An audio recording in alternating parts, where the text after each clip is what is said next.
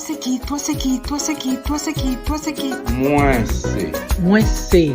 Toi c'est qui? Toi c'est qui? Toi c'est qui? Toi c'est qui? Toi c'est qui? Moi c'est un artisan. Moi c'est un artiste.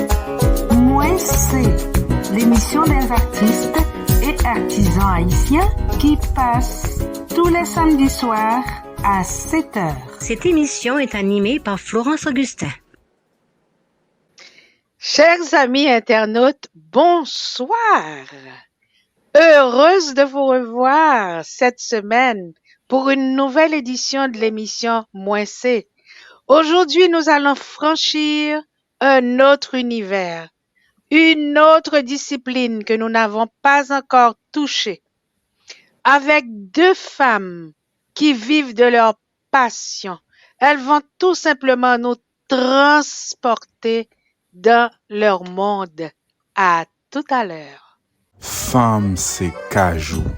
Proverbe haïtien, sagesse ak richesse. Moi, c'est Berman Fleury. Donc, ça fait un plaisir pour me présenter nous parmi plusieurs centaines de proverbes créoles haïtiens. On sélection de bons proverbes pour aider la vie meilleure pour tout le monde. Faut me dire que proverbes, on choisit à partir de livre ça. C'est un livre ça m'a servi. Donc, c'est un livre qui gagne plus que 268 proverbes là-dedans. Et son sélection de proverbes. Donc, sélection proverbes ça. Livre, bien sûr, il choisit quelques proverbes qui baillent bon message pour aider mon vivre dans la vie. La femme, comme la cajou. Proverbe haïtien, sagesse et richesse.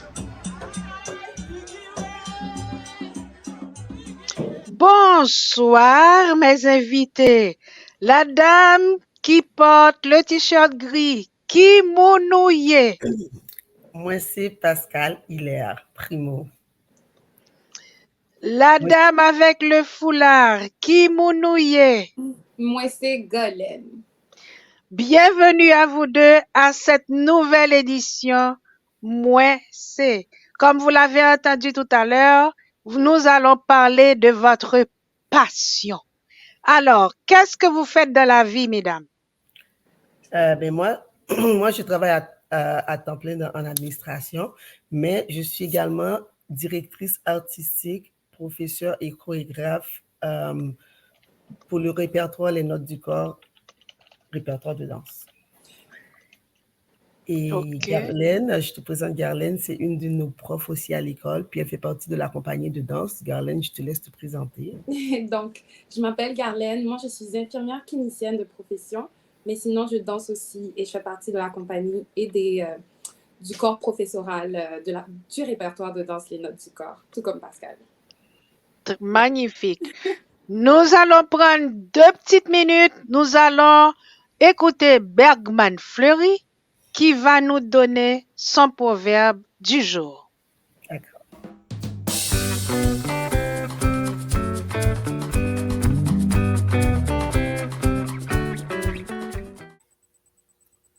Chien pas jambe modé petit li jis lan zo. Mesdames, vous avez entendu le proverbe chien pas jambe modé petit li jouk nan zo. Chien pas jambe modé petit li jouk nan zo. Nous reviendrons au proverbe à la fin de l'émission. Okay. Pascal, comment as-tu commencé avec la danse? Raconte-nous. J'ai commencé à l'âge de 4 ans. Il y a ma soeur qui allait au cours de danse, fait que je voulais suivre les pas de ma soeur. Donc, j'ai commencé à danser en allant voir ma soeur danser chez ma marraine, d'ailleurs, Joël Donatien-Belot, qui est ma marraine. Dès lors, je peux dire que j'ai jamais arrêté de danser. Puis, mon parcours, ça a été différent. J'ai dansé pendant 2 ans aussi. J'ai dansé pendant 12 ans chez Joël Donatien-Belot, 2 ans chez Hotco. Par la suite, je suis rentrée à Montréal et j'ai fait un bac en art, puis une majeure en danse contemporaine à l'Université Concordia. Après, j'ai ouvert l'école de danse parce que vu que je voulais pas arrêter de danser, j'aime ça la création, j'aime ça danser, j'aime ça bouger et tout. Fait que j'ai décidé d'ouvrir mon école.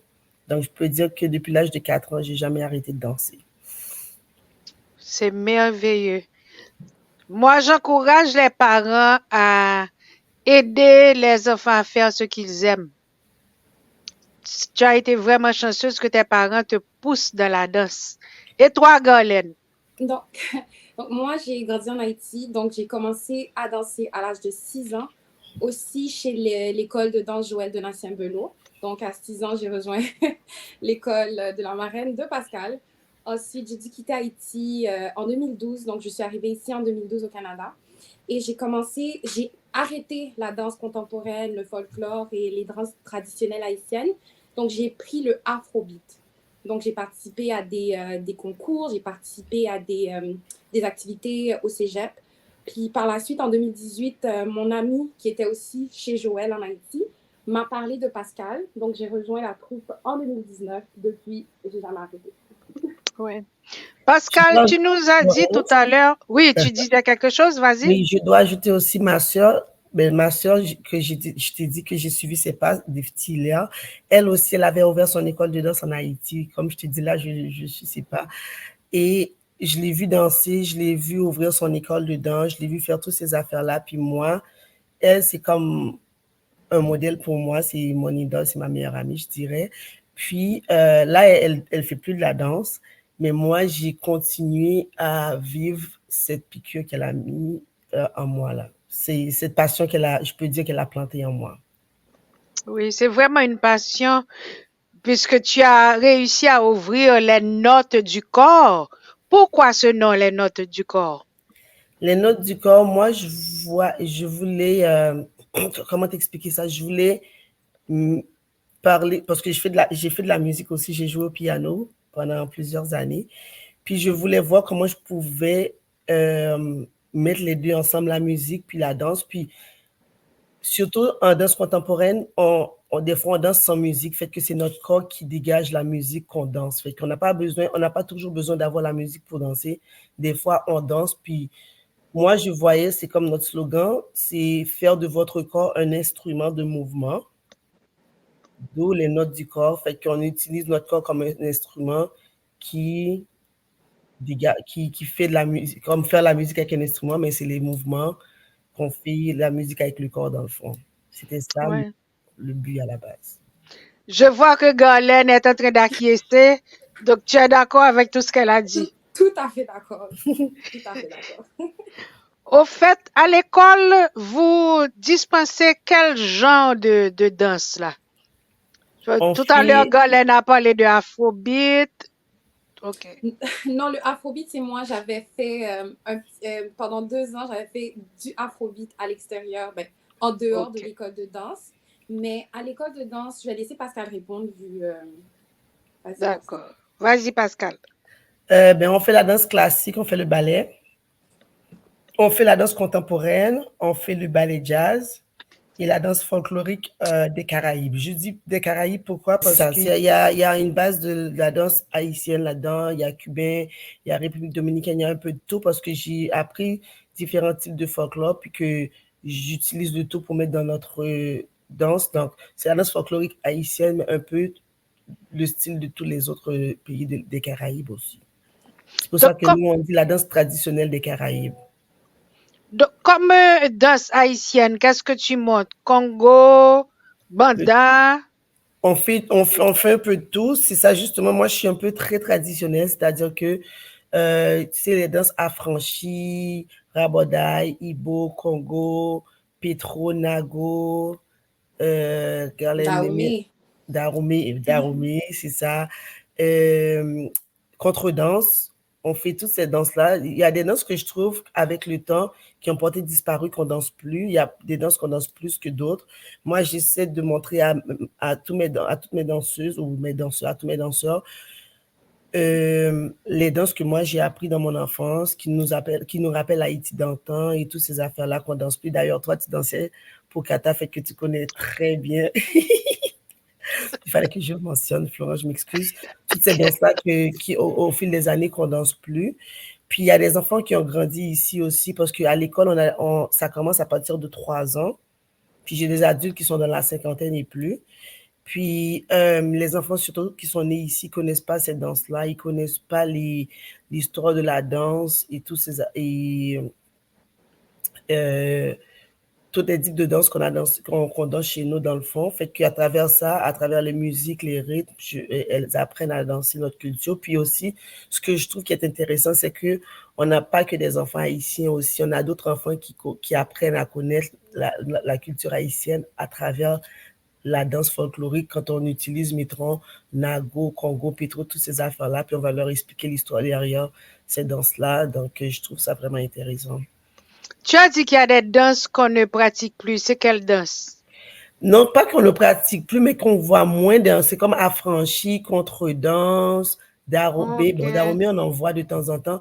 Mais moi, je trouve qu'il y a des types de danses qu'on voit presque plus.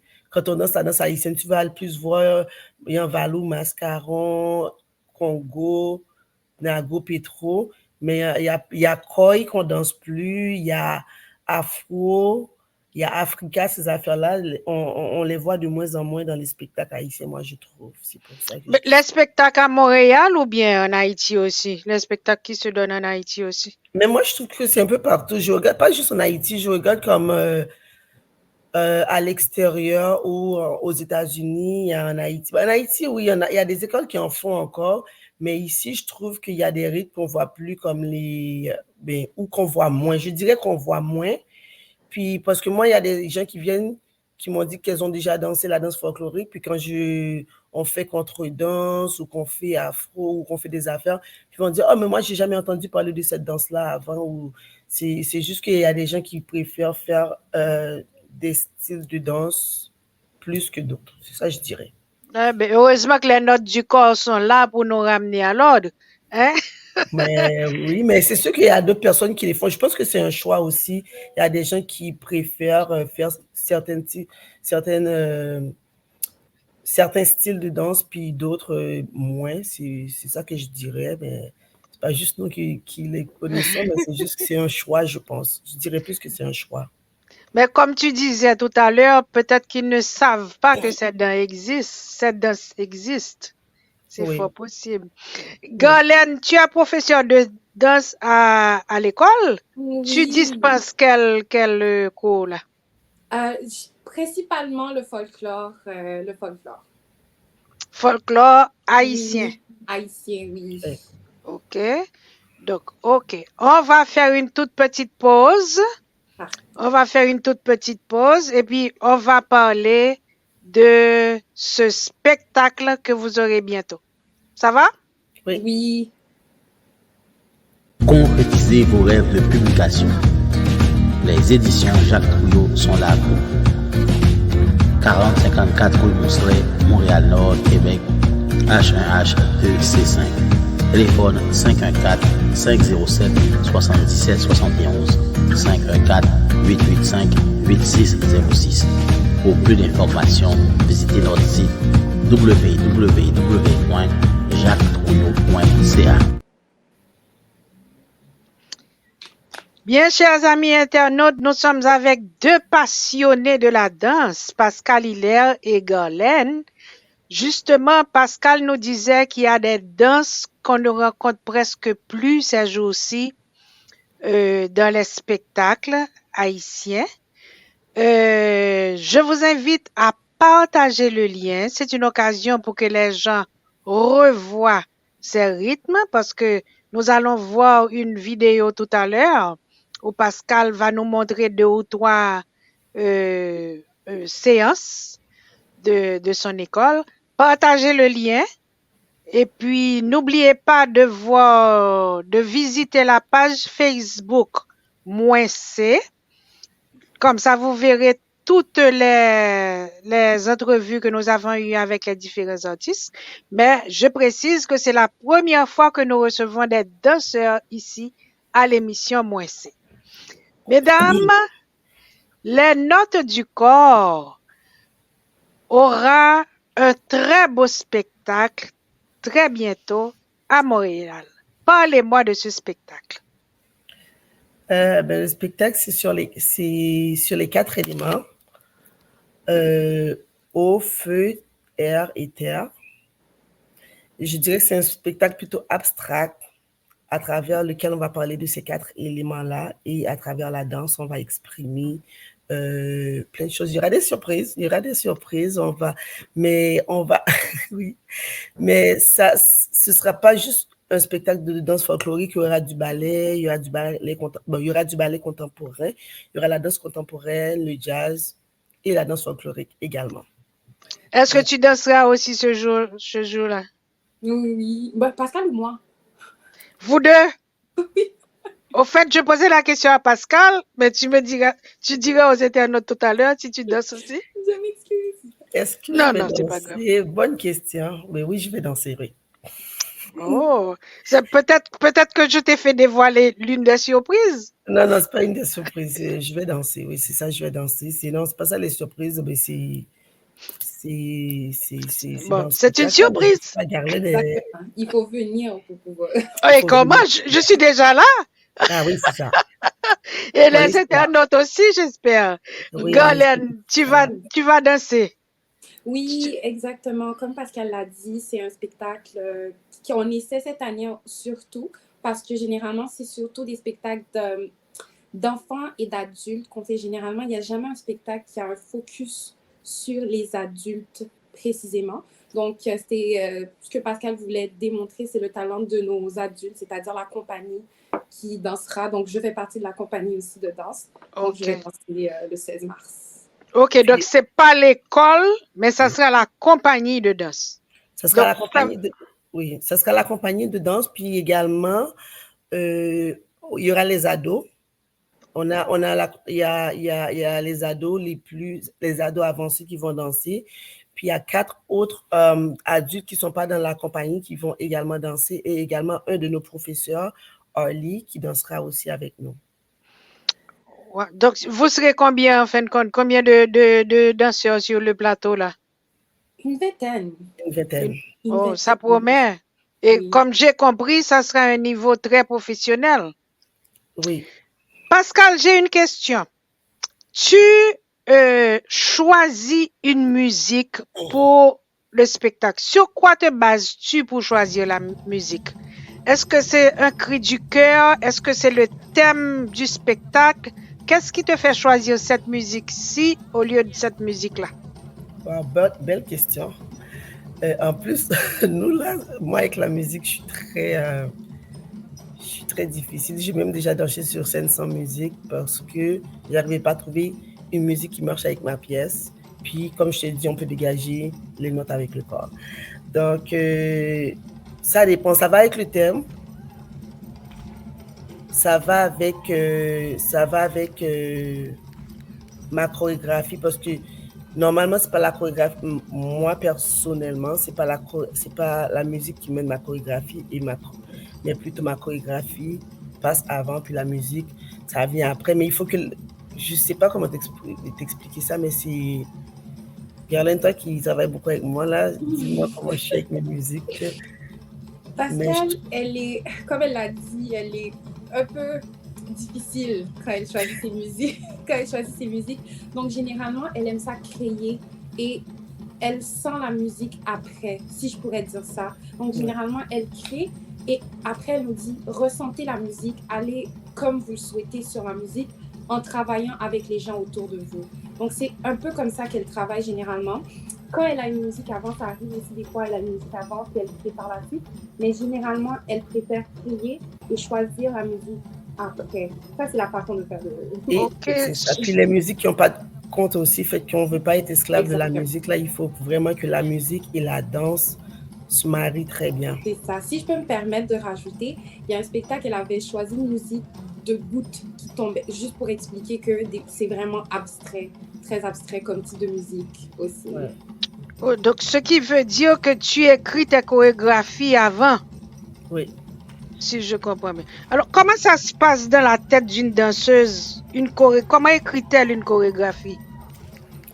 Comment on écrit une chorégraphie? Moi, je vais à travers, mettons, je vais avec les images, je vais avec les paroles. Mettons, on a dansé Maya Angelou pour le gala, j'étais là. On va avec les paroles. Puis, à partir des paroles, Des fois, comme par exemple, quand on fait des labs au studio, on décide de danser sur des mots. Fait que je peux donner des mots à mes danseuses, puis j'ai dit d'exprimer, mettons, je vais dire feu ou air, peu importe. Je donne le mot et vous créez une danse, vous créez une combinaison de 20 secondes sur le mot air ou feu. Fait que toi, tu vas aller chercher quelque chose qui t'inspire dans le feu. Est-ce que c'est la façon dont le feu bouge? Est-ce que l'air, c'est la façon dont, je sais pas, le vent, ça se passe sur ta peau un peu, je pourrais dire. Donc, c'est comme ça qu'on crée. Fait que moi, quand je crée une chorégraphie, ça va dépendre de l'histoire que je veux raconter dans cette chorégraphie-là. Donc, je vais aller avec les mots. Je vais avoir comme un mood board, comme on dit. Je vais avoir tous les mots qui correspondent avec cette chorégraphie-là. Et je peux même aller dans de la peinture. Je peux aller chercher des dessins des artistes. Mettons, si je veux faire une chorégraphie, disons, sur, je sais pas là, sur un ouragan ou quoi que ce soit. Mais je vais aller chercher des images. Je vais aller chercher des nouvelles. Qu'est-ce qu'on dit là-dessus? Puis je prends des mots, je prends des images de l'affaire en tant que telle. Puis je vais essayer de bouger comment, mettons, les arbres, ça bouge pendant un ouragan ou quoi que ce soit. Puis j'allais chercher les mots qu'on donne dans les news, puis tout ça, je vais mariner ensemble, je mets ça dans le pot et on fait une chorégraphie avec. Eh bien, je suis très contente que tu nous ouvres cet univers parce que c'est pas tout le monde qui comprend comment on écrit une chorégraphie.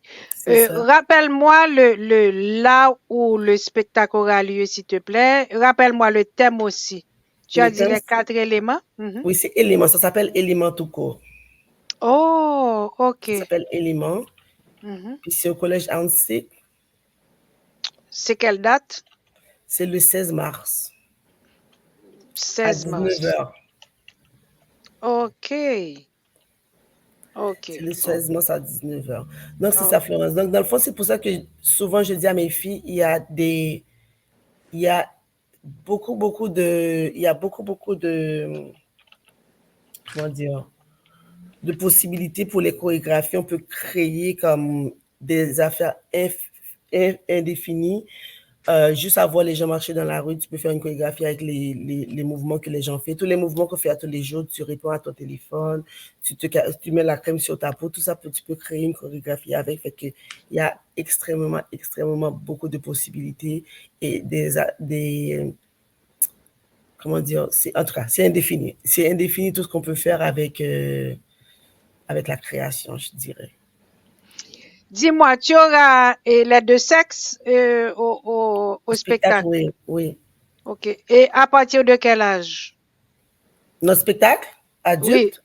Oui. Tu as dit il y aura des ados? Ah oui, les ados, les ados, elles vont danser. Bon, dans le fond, c'est notre premier spectacle de la compagnie Les Notes du Corps. La compagnie, on a performé un peu partout, mais on n'a jamais eu un spectacle propre à nous, c'est-à-dire juste pour la compagnie. Fait que, donc, ça va être vraiment la compagnie. Puis, on a invité des danseuses ados de l'école qui vont venir danser aussi, puis 4 autres adultes qui ne sont pas dans la compagnie. Donc, les ados, je pense que ça commence à partir de 12 ans, 13 ans. Michaëlie, je pense qu'elle a 13 ans, oui. À partir de 13 ans. OK. Donc, le 16 mars à 19h, ados et puis des adultes. Je sais que l'école a eu 10 ans l'autre jour. J'étais là. Il y avait un très beau spectacle. Je le dis en passant aux internautes. Mais la compagnie a combien d'années? La compagnie, je peux dire ça, depuis après la COVID, on a fondé la compagnie. Donc, ça fait à peu près 3 ans. 3 ans? OK. Oui. On va faire une autre petite pause et puis on revient. Vous allez nous parler de vos projets. OK? OK, d'accord.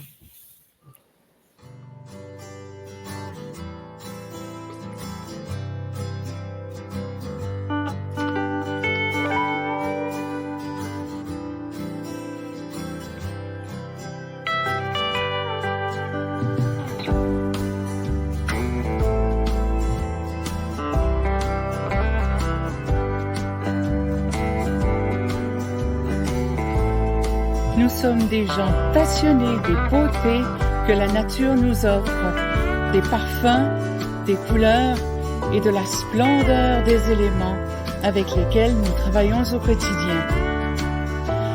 Pour vos commandes en ligne, atelierfloral@videotron.ca ou encore www.suzannesavard.com. Par téléphone 450 505 6650 avec votre fleuriste Michel Castera.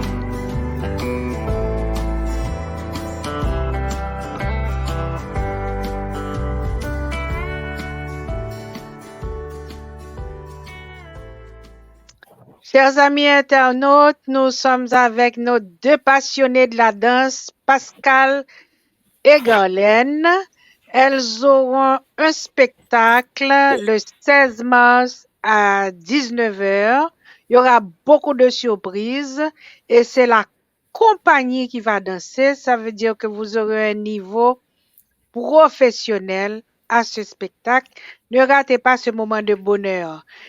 Partagez le lien avec nous. Dites à vos amis qu'il y aura un beau spectacle le 16 mars. N'oubliez pas de voir la page Facebook de l'émission C. Pascal et Garlène, quelle a été votre première meilleure expérience en danse? Vos meilleures expériences? C'est sur scène, je dirais c'est sur scène. Puis à chaque performance, c'est une nouvelle expérience, c'est une expérience différente. C'est jamais pareil les expériences sur scène. À chaque fois qu'on danse, je peux dire, on a beau faire des spectacles, beaucoup de spectacles à toutes les années, ou plus qu'une fois par année, c'est toujours une expérience différente. Pour moi, oui. Ça va finir. Moi, personnellement, la meilleure expérience, c'est la satisfaction après le spectacle aussi, parce que savoir que les gens ont pu apprécier, ont pu recevoir les compliments par la suite, des gens qui ont dit « Oh my God, le spectacle s'est bien passé, j'ai vraiment aimé », c'est un sentiment de satisfaction pour savoir que toutes les heures qu'on a données pour ce spectacle-là en a valu la peine, que les gens sont vraiment satisfaits du produit final. Donc ça, c'est l'expérience que j'adore tout le temps. Dès que je finis le spectacle, c'est vraiment rencontrer les personnes, avoir leur opinion. Donc, toi, c'est à chaque spectacle que tu crois que c'est ta meilleure expérience. On essaie. Oui. On essaie toujours de se donner à 100%. On essaie toujours de s'améliorer. On essaie toujours d'apprendre de nos erreurs pour ne pas refaire les mêmes erreurs dans le futur, si je peux dire ça. Donc, c'est toujours bien de recevoir les commentaires. Moi, les commentaires, qu'elles soient positifs, négatifs, je les reçois toujours à cœur ouvert pour qu'on s'améliore toujours dans le futur. Bonne attitude. Non. Alors, on a parlé de la meilleure expérience. Est-ce qu'on va parler de l'expérience, la pire expérience? Pire expérience. Mais je peux commencer parce que j'en ai une en tête.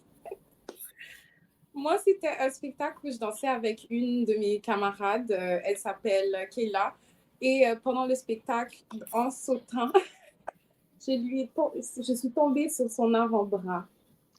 Donc, il n'y a pas eu de fracture, il n'y a pas eu de problème qui nécessiterait une hospitalisation quelconque. Mais ça a été un choc et c'est quelque chose qui m'avait beaucoup affectée pour le restant du spectacle. Donc, ça, c'était la pire expérience que je pourrais dire que j'ai eue. Donc, ça.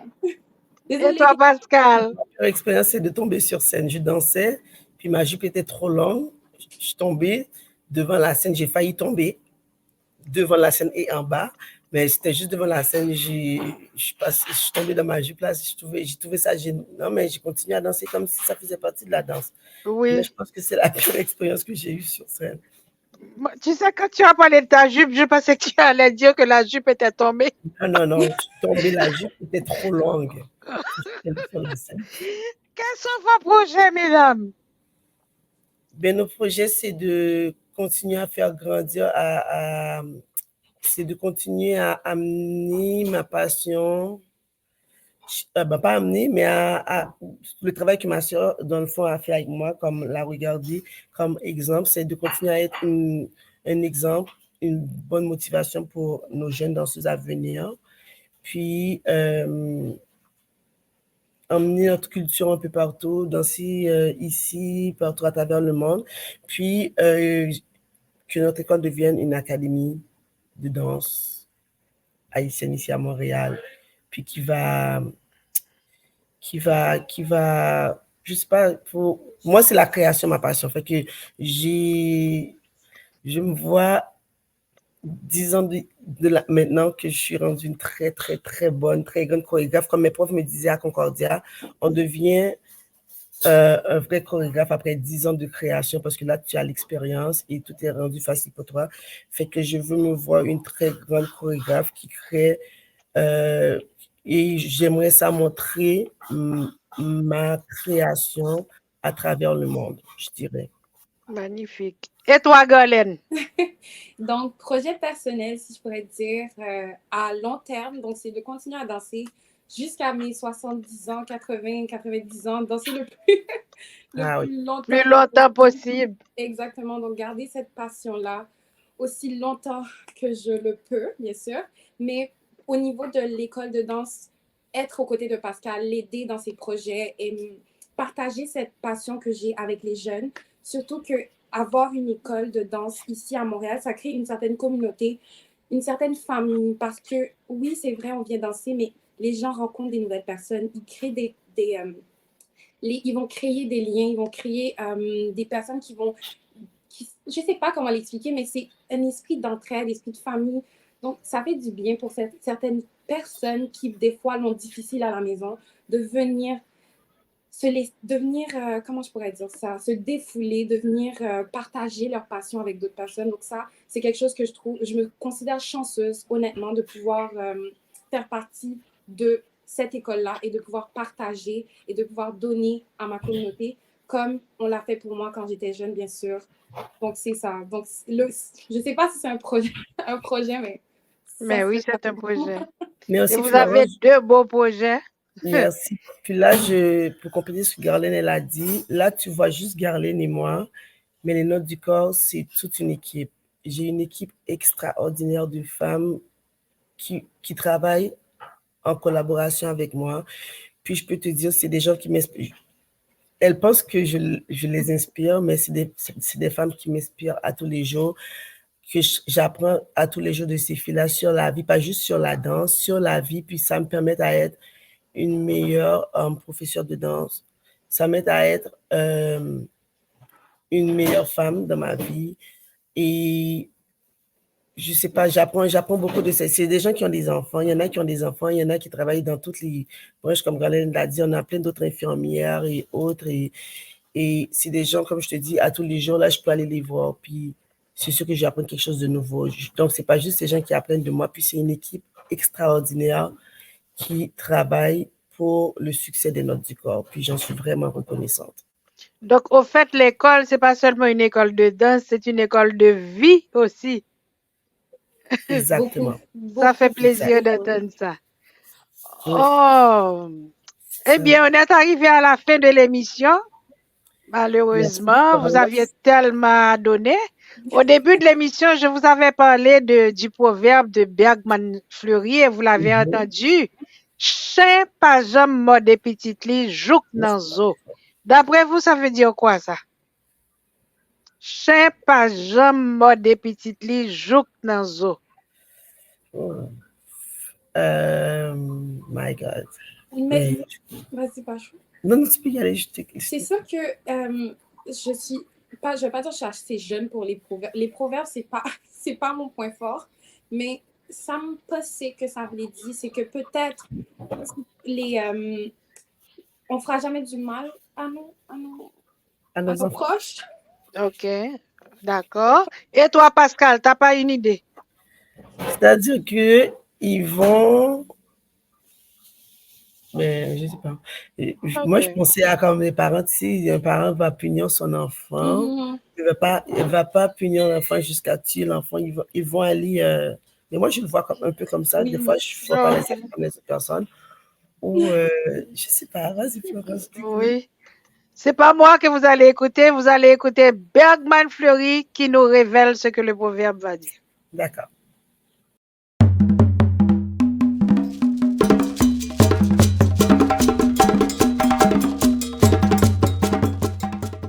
Quatrième proverbe. Chien pas jambe mordé petit li jis dans zo. Le chien ne mord jamais son chiot jusqu'à l'os. C'est un proverbe pour dire que en éducation, on ne punit jamais un enfant pour l'humilier. L'humiliation ne fait pas partie de l'éducation de l'enfant. Oui, on peut punir un enfant, mais pas l'humilier. Parce que il y a des gens qui pensaient que des fois, il faut humilier tout le monde dans l'éducation. Non. Chien pas jambe mordé petit juste dans le zoo. Merci beaucoup à Bergman Fleury. Mesdames, vous avez vu, il n'est pas passé trop loin de vos explications. Donc, félicitations. Vous n'avez pas tout perdu d'Haïti. On va s'arrêter là pour aujourd'hui. On se voit quand même le 16 mars, 19h. J'ai hâte de découvrir la surprise.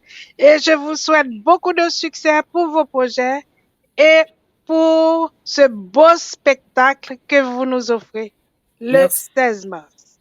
Merci Florence, on a hâte de te voir le 16 mars. Merci. Chers amis internautes, merci de votre fidélité. C'était avec nous Pascal Hilaire Primo et Garlène. Elles nous ont parlé de la danse, leur passion, comme je l'ai répété en plusieurs fois dans l'émission. Nous vous attendons samedi de la semaine prochaine pour une autre émission Moins C. Toi c'est qui? Toi c'est qui? Toi c'est qui? Toi c'est qui? Toi c'est qui? Moins C. Moins C. Toi c'est qui? Toi c'est qui? Toi c'est qui? Toi c'est qui? Toi c'est qui? Moins C en artisan. Moins C ou artiste. Moins C, l'émission des artistes et artisans haïtiens qui passe tous les samedis soirs à 7h. Cette émission est animée par Florence Augustin.